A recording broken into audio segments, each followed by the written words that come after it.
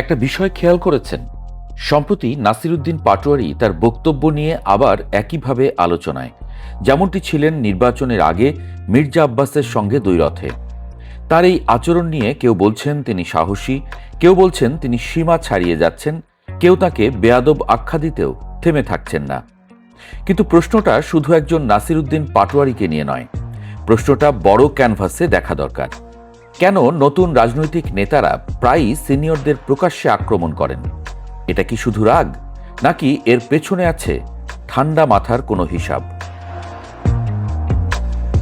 ভাবুন, আপনি রাজনীতিতে নতুন, আপনার দলের লাখো কর্মীও হয়তো আপনার নাম ভালো করে চেনে না। এমন অবস্থায় আপনি কি করবেন? 10টা সাধারণ বক্তব্য দেবেন, নাকি এমন একজনকে চ্যালেঞ্জ করবেন যার নাম প্রতিদিন সংবাদের শিরোনামে থাকে? রাজনীতির একটা পুরনো নিয়ম আছে, খ্যাতি অর্জনের সবচেয়ে দ্রুত উপায় হল সবচেয়ে পরিচিত মানুষটিকে চ্যালেঞ্জ করা। এখানেই আসে অ্যাটেনশন পলিটিক্স বা মনোযোগের রাজনীতি।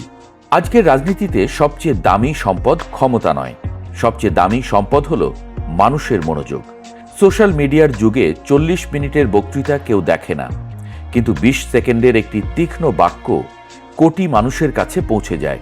তাই অনেক নেতা এমন একটা কথা বলার চেষ্টা করেন যেটা পরদিন সব টক শো, ফেসবুক, ইউটিউব আর সংবাদ মাধ্যমের শিরোনাম হবে। রাজনৈতিক বিশ্লেষণ আরও গভীরে যায়। নতুন দল বা নতুন নেতা যখন মাঠে নামে, তাদের সবচেয়ে বড় সমস্যা হল পরিচিতির অভাব।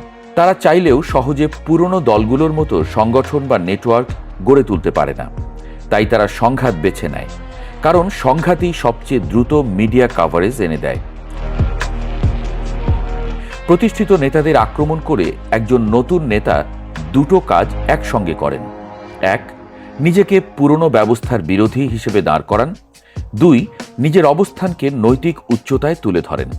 এটি এক ধরনের রাজনৈতিক ব্র্যান্ডিং। যদি তিনি অন্যদের মতোই কথা বলেন, তাহলে কেউ তাকে মনে রাখবে না, কিন্তু যদি তিনি প্রকাশ্যে চ্যালেঞ্জ করেন, তাহলে সমর্থকদের এক অংশ তাকে নির্ভীক ও আপোষহীন নেতা হিসেবে দেখতে শুরু করেন। আরও গভীর বিশ্লেষণ বলছে, এই কৌশল বিশেষ করে তখন কাজ করে যখন রাজনৈতিক পরিসর অস্থির থাকে। যখন পুরনো শক্তিগুলোর প্রতি মানুষের আস্থা কমে যায়, তখন নতুন মুখগুলো সংঘাতের মাধ্যমে জায়গা করে নেয়। তবে এর ঝুঁকিও আছে।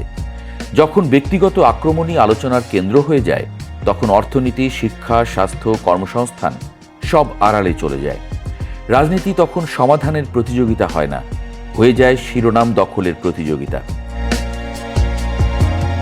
দীর্ঘমেয়াদে এটি বিপজ্জনকও হতে পারে, কারণ মানুষ একসময় প্রশ্ন করতে শুরু করে, শুধু আলোচনা করে কি হবে, বিকল্প কি? যদি নতুন নেতা শুধু আক্রমণ করেন কিন্তু বাস্তব নীতি বা কর্মসূচি দিতে না পারেন, তাহলে তিনি নিজেই একসময় শব্দের নেতা হয়ে থাকেন, বাস্তব পরিবর্তনের ধারক হয়ে উঠতে পারেন না। এটা শুধু বাংলাদেশে না, যুক্তরাষ্ট্র, ভারত, যুক্তরাজ্য, তুরস্ক, বিভিন্ন দেশের রাজনীতিতেও এমন কৌশল দেখা গেছে। নতুন মুখগুলো প্রায়ই পুরনো প্রতিষ্ঠানকে আক্রমণ করে নিজেদের জায়গা তৈরি করে। তাহলে নাসিরুদ্দিন পাটোয়ারির বক্তব্যকে কিভাবে দেখা উচিত? কেউ বলবেন এটা আদর্শগত অবস্থান, কেউ বলবেন রাজনৈতিক কৌশল, কেউ বলবেন নতুন প্রজন্মের রাজনীতির ভাষা। রাজনৈতিক বক্তব্য হলো হয়তো সবগুলোই ঠিক। একদিকে সাহস ও অবস্থানের প্রকাশ, অন্যদিকে মনোযোগ আকর্ষণের হিসাব। কোন ব্যাখ্যাটি সঠিক নির্দিষ্ট করে কেউ বলতে পারে না। শেষে একটা প্রশ্ন থেকেই যায়, রাজনীতিতে বড় নেতা হওয়ার সবচেয়ে কার্যকর পথ কি এখনো নিজের কাজ দিয়ে মানুষের আস্থা অর্জন, নাকি সবচেয়ে বড় নেতাকে প্রকাশ্যে চ্যালেঞ্জ করে সবার নজরে চলে আসা? কারণ আজকের রাজনীতিতে যে সবচেয়ে বেশি আলোচনায় থাকে, অনেক সময় তাকেই সবচেয়ে বেশি মানুষ চেনে। আর রাজনীতিতে পরিচিতি অনেক সময় সবচেয়ে বড় পুঁজি। কিন্তু পুঁজি শুধু পরিচিতি নয়, পুঁজি হলো বিশ্বাস, আর বিশ্বাস শুধু শব্দে তৈরি হয় না, তৈরি হয় কাজে।